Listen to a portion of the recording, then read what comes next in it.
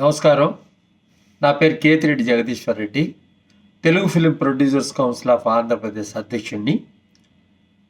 నేను ప్రధానంగా ఈ ఐ బొమ్మ అనే ఒక పైరటెడ్ తెలుగు చలనచిత్రాలు అయితేమి, ఇతరత్ర భారత భాషల్లో తీసిన చిత్రాలు అయితేమి, ఈ ఐ బొమ్మ అనే ఒక వెబ్సైట్ ద్వారా ముందు రావడం అయితేమి, అదేవిధంగా సినిమా రిలీజ్ అయితే రావడం అయితేమి, ఈ అన్ని వ్యవహారాలని ఛేదించిన తెలంగాణ పోలీస్ విభాగానికి వన్స్ అగైన్ థ్యాంక్స్ చెప్తున్నాను. ధన్యవాదాలు. మీ ప్రయత్నం చాలా గొప్పది. ఎన్నో సంవత్సరాలుగా పట్టి పీడిస్తున్న ఈ పైరసీ గురించి ఈ రకంగా తెలంగాణ పోలీసులు ఛేదించడంలోనే భారతీయతలోనే ఒక గొప్పవారని చెప్పవచ్చు. ముఖ్యంగా చెప్పాలంటే ఈ పైరసీ గురించి వాళ్ళు తెలియజేసిన వ్యవహారంలో ఉన్న ప్రధాన అంశం గురించి మనం ఇక్కడ తెలియజేయాల్సినంత అవసరం అయితే తప్పకుండా ఉంటుంది. ఈ పైరసీ ఎలా చేశారు అని చెప్పి A1 బీహార్కి చెందిన గోపాల్గంజ్కి చెందిన అశ్విన్ కుమార్ అనే వ్యక్తిని విచారించగా అతను తెలియజేసింది ఏంటంటే, ఈ క్యూబ్ అయితేమి, UFO అయితేమి ఈ సైట్ని హ్యాక్ చేసి మేము చేయడం జరిగింది. 120 సినిమాలు అంటే 4Kలో అయితేమి, ఇతరత్ర ఏ రెజల్యూషన్లో ఇవ్వాలన్నా కూడా ఈ హ్యాక్ చేస్తే తప్పితే వీలు పడదనే విషయం వాళ్ళ వాంగ్మూలంలో చెప్పడం జరిగింది. దీన్ని బట్టి అర్థమైన వ్యవహారం ఏంటంటే, ఈ నిర్లక్ష్యమైన వైఖరి, ఈ UFO క్యూబులకు సంబంధించిన మేనేజ్మెంట్ యొక్క నిర్లక్ష్య వైఖరి, ఆ నిర్లక్ష్య వైఖరి ఏంటంటే, వాళ్ళు ఎప్పుడు కూడా వాళ్ళ సైట్ని అప్డేట్ చేసుకున్నట్టు ఇలాంటి పైరసీదారులకి దొరకకుండా ఉంటారు. సహజంగా అప్డేట్ చేసుకోకుండా ఎప్పుడో గతంలో అప్డేట్ చేసుకున్న వర్షన్ని అదే విధంగా పెట్టి నిర్మాతల్ని హింసిస్తూ డబ్బులు వసూలు చేసుకుంటూ ఈ రకంగా మీరు వ్యాపారాలు చేసుకుంటూ ఇలా చేస్తున్నారు. దీనికి మీరు ఖచ్చితంగా సమాధానం చెప్పాల్సినంత అవసరం ఉంది. UFO అయితేమి, క్యూబ్ అయితేమి మా దగ్గర లక్షల రూపాయల్లో వసూలు చేస్తూ మాకు కొన్ని కోట్ల రూపాయల్లో ఇప్పటి వరకు జరిగిన నష్టానికి మీరు బాధ్యత వహించాల్సినంత అవసరం అయితే తప్పకుండా ఉంటుందని చెప్పవచ్చు. భారతీయ చట్టాలు అయితేమి, ఇతరత్ర ఏమైతే కూడా ఈరోజు మా కంటెంట్ని మీరు తీసుకుంటున్నారు. మీరు ఓన్లీ డిజిటల్ ప్రొవైడర్స్.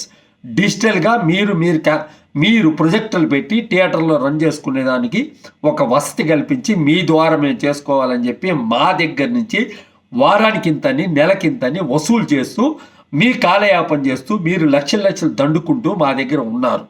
మా కంటెంట్ 120 చిత్రాలు, అతను ఇచ్చిన వాంగ్మూలం ప్రకారం 120 చిత్రాలు ఈ విధంగా మేము UFO క్యూబుల్ని హ్యాక్ చేసి మేము చేయడం అని చెప్పడం జరిగింది. మిగతాది వచ్చి మేము థియేటర్లలో షూట్ చేసిన కెమెరా ద్వారా మేము షూట్ చేయడం జరిగిందని చెప్పి వాళ్ళు తెలియజేశారు. దాదాపు 400 సినిమాల్లో 120 సినిమాలు ఈ రకంగా హ్యాక్ చేసి చేయడం జరిగింది.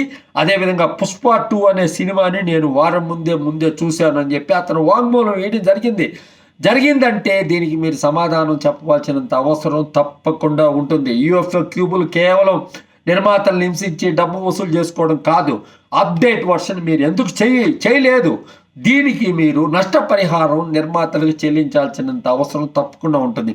ఎందుకంటే ఒక్క తెలుగు చలనచిత్ర పరిశ్రమే కాదు, తమిళ చలనచిత్ర పరిశ్రమ అయితేమి, అదేవిధంగా కన్నడ అయితేమి, సో మెనీ ఫిలిమ్స్ 400 సినిమాల్లో అన్ని భారతీయ భాషల్లో తీసిన అన్ని సినిమాలు పైరేటెడ్ చేయడం జరిగిందని అతనే చెప్పాడు. కాబట్టి A1 ఉన్న అతనైతేమి, తమిళనాడుకి చెందిన వ్యక్తులైతేమి, అదేవిధంగా తమిళనాడుకి చెందిన వాళ్ళు 2 ఉన్నారు, అదేవిధంగా ఆంధ్రప్రదేశ్కి చెందిన అమలాపురంకి చెందిన ఒక వ్యక్తి ఉన్నారు. వాళ్ళందరూ ఇచ్చిన వాగ్మూలం ప్రకారం ఏంటంటే, వచ్చి వాళ్ళు థియేటర్లో షూట్ చేశారు. కొంతమంది తమిళ వాళ్ళు అయితేమి ఇతనైతే బీహార్కి చెందిన వ్యక్తి అయితేమి ఖచ్చితంగా నేను ఆ సైట్లని హ్యాక్ చేసి చేయడం జరిగిందన్నాడు. ఇదే విషయాన్ని CP ఆనంద్ గారు అయితేమి, అదేవిధంగా సైబర్ సెక్యూరిటీకి సంబంధించిన సైబర్ సెల్కి సంబంధించిన ఇన్స్పెక్టర్ అయితేమి దాన్ని నిర్ధారించడం జరిగింది.